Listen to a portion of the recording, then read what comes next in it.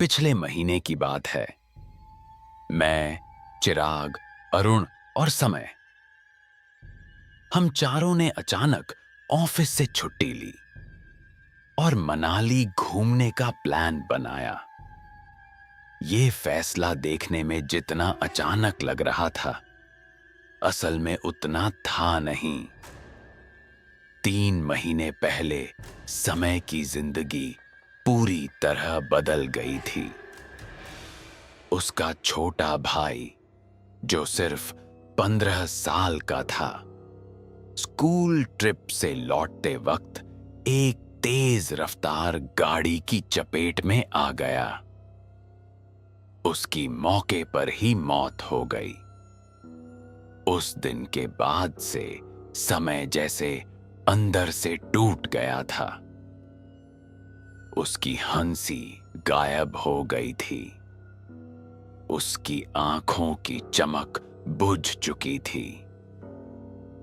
वो घंटों चुप रहता, खुद से बातें करता और कभी-कभी तो ऐसा लगता जैसे वो किसी को देख रहा हो, जो वहां था ही नहीं।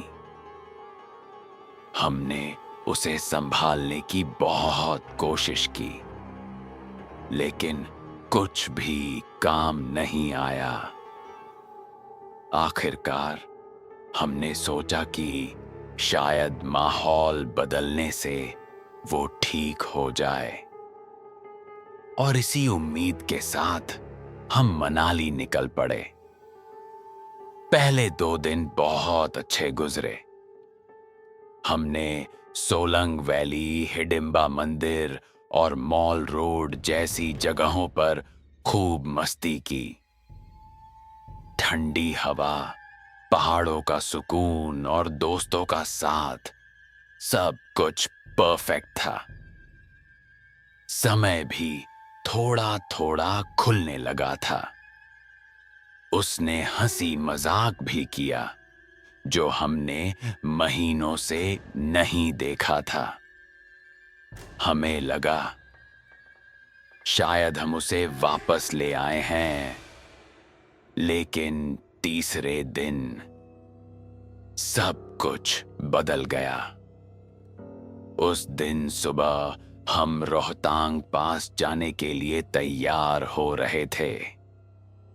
जैसे ही हम होटल से निकलने लगे, रिसेप्शन पर बैठा आदमी हमें रोककर बोला,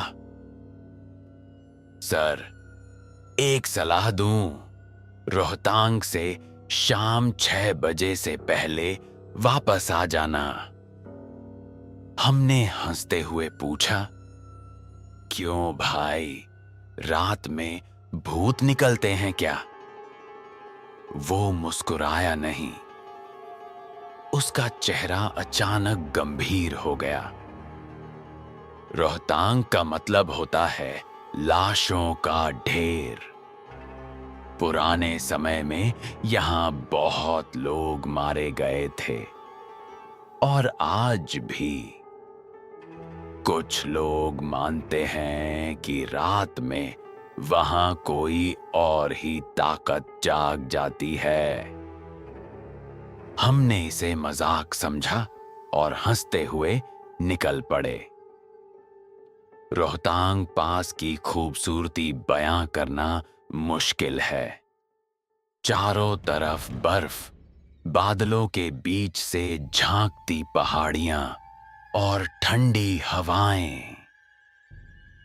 ऐसा लग रहा था जैसे हम किसी दूसरी दुनिया में आ गए हों। हमने करीब 4 घंटे वहां बिताए, लेकिन धीरे धीरे मौसम बदलने लगा। पहले हल्का कोहरा आया, फिर वो इतना घना हो गया कि हमें एक दूसरे का चेहरा भी ठीक से दिखाई नहीं दे रहा था। हमने तुरंत वापस लौटने का फैसला किया। तब रात के करीब 9 बज चुके थे। अब सड़क पर सिर्फ हमारी कार थी, ना कोई दूसरी गाड़ी, ना कोई इंसान, बस अंधेरा और कोहरा।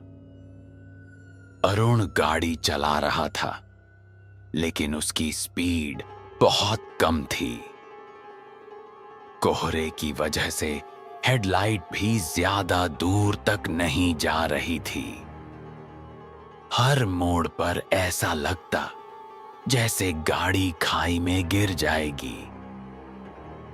हम सब चुप थे। अचानक हमें सड़क किनारे एक पत्थर दिखाई दिया। उस पर लिखा था मनाली 28 किलोमीटर। लेकिन उस पत्थर पर कोई बैठा हुआ था, एक आदमी, सिर्फ एक धोती पहने हुए। इतनी ठंड में भी वो बिना हिले बैठा था। उसका चेहरा साफ दिखाई नहीं दे रहा था, लेकिन उसकी मौजूदगी ही अजीब थी। मैंने सोचा कुछ कहूं, लेकिन चुप रहा। करीब 20 मिनट बाद वही पत्थर फिर सामने आ गया। मनाली 28 किलोमीटर, और इस बार भी वहां कोई बैठा था। अब डर लगने लगा था।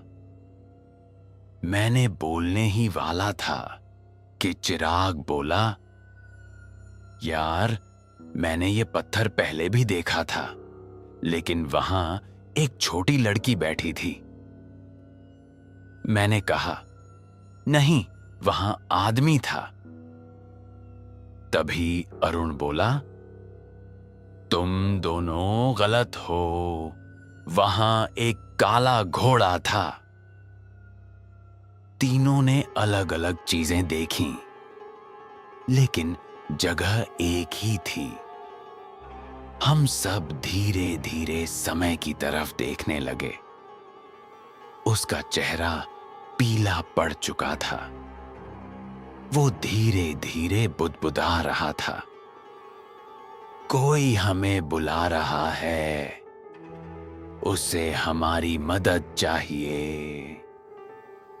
अब डर हमारे अंदर उतर चुका था। कुछ देर बाद फिर वही पत्थर, मनाली 28 किलोमीटर। इस बार वहां कोई नहीं था। अब रात के 11 बज चुके थे। हम जैसे किसी अजीब चक्कर में फंस गए थे। तभी अरुण ने धीमी आवाज में कहा, कोई बाहर मत देखना, लेकिन कोई हमारे साथ चल रहा है। हम सब ने धीरे धीरे बाहर देखा। एक लड़का, करीब 15 साल का, वो हमारी कार के साथ साथ चल रहा था। गाड़ी 40 की स्पीड में थी, लेकिन वो आराम से चल रहा था। ना दौड़ रहा था, ना थक रहा था। उसके कपड़े कीचड़ से भरे थे। चेहरे पर चोट के निशान थे, और उसकी आंखें सीधे समय पर टिकी हुई थीं। तभी समय बोला, उसे मदद चाहिए, और उसने खिड़की खोल दी। हम चिल्लाए, समय, बंद करो।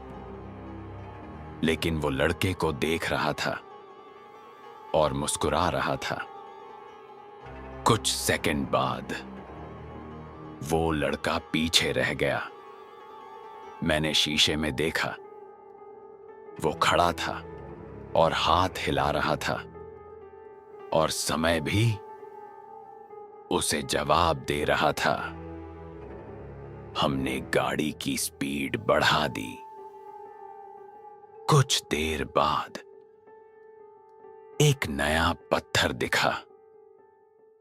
मनाली 16 किलोमीटर। हमने राहत की सांस ली। करीब 2 बजे हम होटल पहुंचे। दानी हमने तय किया कि सुबह बात करेंगे और सो गए। लेकिन असली डर अब शुरू हुआ। रात के 3:30 बजे मैं एक अजीब आवाज से जागा। कोई गा रहा था। मैंने देखा, समय आईने के सामने खड़ा था। वो लोरी गा रहा था। उसकी आंखें लाल थीं। गर्दन पर उंगलियों के निशान थे, जैसे कोई उसे दबा रहा हो। उसके चेहरे पर एक अजीब मुस्कान थी। हमने उसे आवाज दी, लेकिन वो नहीं रुका। तभी वो बोला, अगर मैं रात में तुम्हारी खिड़की खटखटाऊं तो क्या तुम मेरी मदद करोगे? उसकी आवाज उसके भाई जैसी थी। और फिर वो गिर पड़ा। सुबह हम उसे पंडित के पास ले गए। पंडित ने कहा, एक आत्मा इसके साथ आई है और ये वही है जिसे ये सबसे ज्यादा प्यार करता था। उसने पूजा शुरू की। समय जोर से चिल्लाने लगा। उसका शरीर कांप रहा था। फिर उसने उल्टी की और उसमें से निकला एक काला गाढ़ा पदार्थ। कुछ देर बाद सब शांत हो गया। आज समय ठीक है, लेकिन हर रात मुझे वो लड़का दिखाई देता है। वो मुस्कुराता है और कहता है, इस बार खिड़की खोलोगे ना?